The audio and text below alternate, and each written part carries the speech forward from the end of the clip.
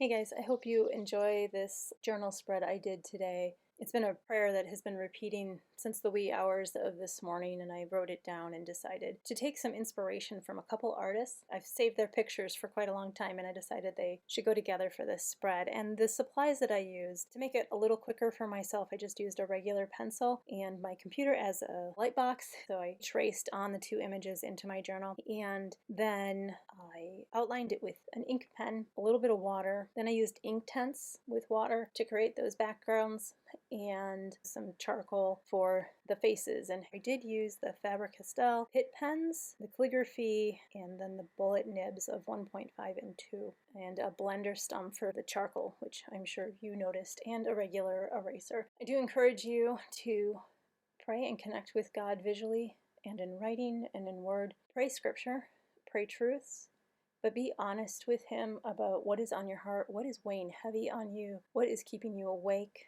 what is disturbing you when you turn on the news. And don't be afraid to turn off the news and ask God to speak to your heart out in nature, when you're with your family, when you're with your pets, when you make some art.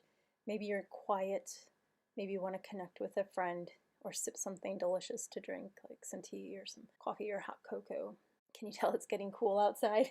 Well, I hope you enjoy this. I hope you're encouraged to get honest with God and see what He has to say to you. See how He brings light to the dark places and lifts the heavy burdens. Some days, Lord, it feels like evil is winning.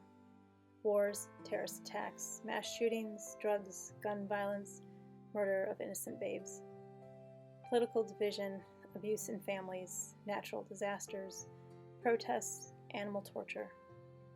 We probably all have some blood on our hands, anger spilling over into violence, not listening, demanding our own ways, turning away to isolate and protect ourselves. Though there is nothing new under the sun, it is overwhelming, Lord. How do you bear it? How do you keep it all straight? We hear about evil erupting around the globe within moments and are undone. But you have heard and continue to hear all the evil in all of our hearts, instantly, for generations. I cannot help but think of the movie Fallen, and remember that this war is not against flesh and blood, but of spiritual powers. How often do I comply with the enemy, desiring my version of vengeance, withholding forgiveness, resisting unity, and demanding my rights, clinging to my way and distrusting yours, believing Satan's lies and hiding from your presence.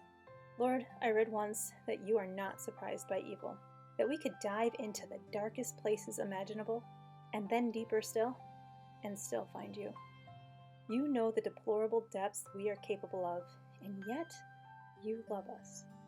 Your heart breaks for every single one of your children that chooses to side with evil. Did the pain and torture you bore on the cross encompass it all, or are you still being beaten and wrung out? You offer us peace and freedom and life, but we choose slavery, bondage, and death.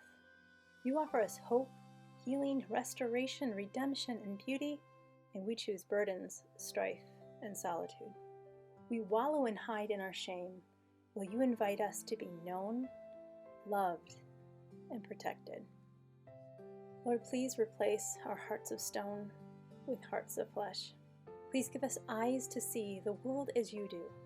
Please break our hearts with what breaks yours, so that we will stop being complicit with the enemy and join with you in bringing light to the darkness, life to the dead places, sight to the blind, and freedom to the captives.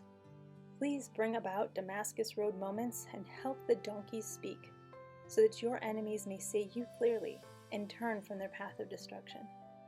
Please sensitize us to your presence and your movements all around us. Give us courage to listen and to act according to your prompts, even when we are exhausted, bone-weary, burned out, angry, and hurt, when it makes no sense to us. Thank you for not giving up. Thank you for wanting all of us to discover you and surrender to your love.